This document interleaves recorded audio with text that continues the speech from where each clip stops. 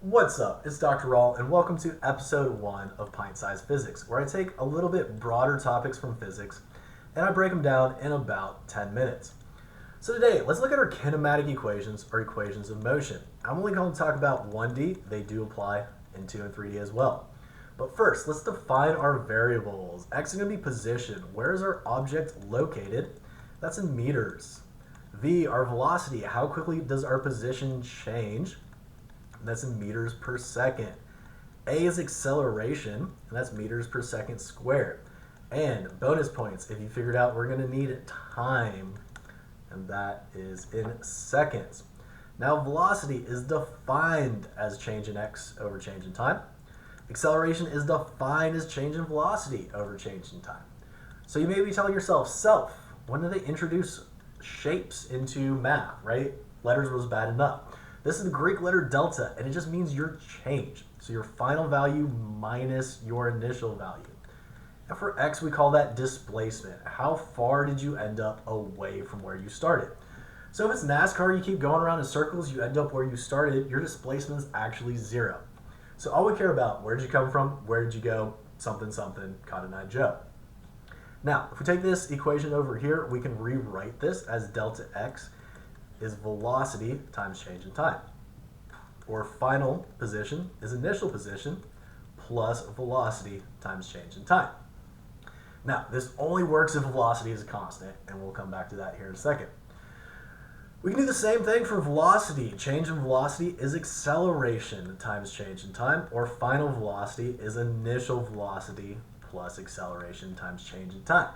Now, this also only holds if A is constant, but good news. For all of the physics we're going to talk about, acceleration is constant, which means no jolt, no jerk. Now, 0 is a constant value, so we're okay with that. But for essentially all first and second year physics, we're going to assume that acceleration is constant. So we can use that as our first kinematic equation. Velocity is initial velocity plus acceleration times change in time. But notice, if our velocity is changing, how do we deal with that and all of this? And it just gets a little bit too tricky for what we're looking at right now. So let's look at the graphs and see what do they tell us about what is going on. So let me introduce some graphs to you. I'm going to introduce, let's call it Rita and Tina, and wait, no, that's Mambo number 5. Let's call them x, velocity, and acceleration. Then on our independent axis is going to be time. That is because position depends on your time does not depend on your position. So let's start with this most simple case. If x is 0, I'm on the 0-yard line and I'm not moving. Well, how do I find my velocity? It is change in x, my rise, over change in time, my run. Hey, that's a slope, and that is 0. So to go this way, we take a slope. Same thing, to go from velocity to acceleration, we take the slope. In this case, that is also 0. Well, what about if we have a constant positive value for x? So notice our value is still not changing. Our slope is still 0, and our velocity is still 0, which means our acceleration is still 0. So notice we lost a little bit of information as we did this, and that information is because x is our initial position plus velocity times change in time. So we need something to tell us where did we start from, right? That's our x naught.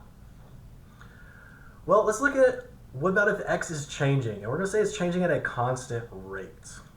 So it's got a constant positive slope, which means we have a constant positive velocity. But since velocity is not changing, acceleration is not changing. So how would we go backwards though? How do we do that? Well, let's look at this graph, and let's take this area underneath of our curve. Fancy calculus terms, that's called the integral. Well, this is a triangle, which is base times height. So velocity times my time interval. Oh wait, hey, we've seen that before. That's where this comes into play. So to go backwards, we end up taking the area. Notice it still does not tell us about where we started from, so we could also have the same graph starting from here and going up, in which case we pick up that same velocity times delta t, but we also pick up x naught. So that's where both of these terms come from. However, notice this is only works because acceleration has always end up at 0. So what happens if our acceleration isn't 0? Well, let's do some graph work and let's go the other direction. So if I bring up those same graphs, position, velocity, and acceleration, now I'm going to start with a constant acceleration, and time is still our independent. So if my acceleration is a positive constant, well, to go this way, we already said we need to take an area. But what's the area under a rectangle? That's base times height. So acceleration times delta t, which means my velocity keeps going up like this, right? Now, I don't know about you, but this to me kind of looks like a triangle. And triangles have an area of 1/2 base times height. Well, what is my height? That's my final velocity, right? Wherever I end up at, and this is delta t. Well, if this was my velocity, then my area underneath of it, to go back this way, is 1/2 v final, which is a times delta t, times my base, which is also delta t. So 1/2 at squared. Now, this is assuming v starts at 0, but even if it started higher up, we can still deal with that because, well, what happens if I do this? Well, to me, that looks like a triangle on top of a rectangle. My triangle is still 1/2 at squared. What's the area of this rectangle? Well, that's whatever my initial velocity was times time. So initial velocity times time plus 1/2 at squared. So if I start at 0, right, it's going to give me something that looks sort of like this. I pick up that parabola effect going on. So if I put all of that together, my final value for x is my starting value plus all of this other stuff, right? So if I rewrite that, that gives me my second kinematic equation, which is position is initial position plus initial velocity times time. And I'm going to start dropping my delta t's just because, well, it makes it a little bit easier to write plus 1/2 at squared. So now we've got two wonderful kinematic equations, and all we've done so far is graph, which means now we get to get into the fun stuff, also known as doing a little bit of mathematics or algebra. Yes, I know I need a better way to erase my blackboard.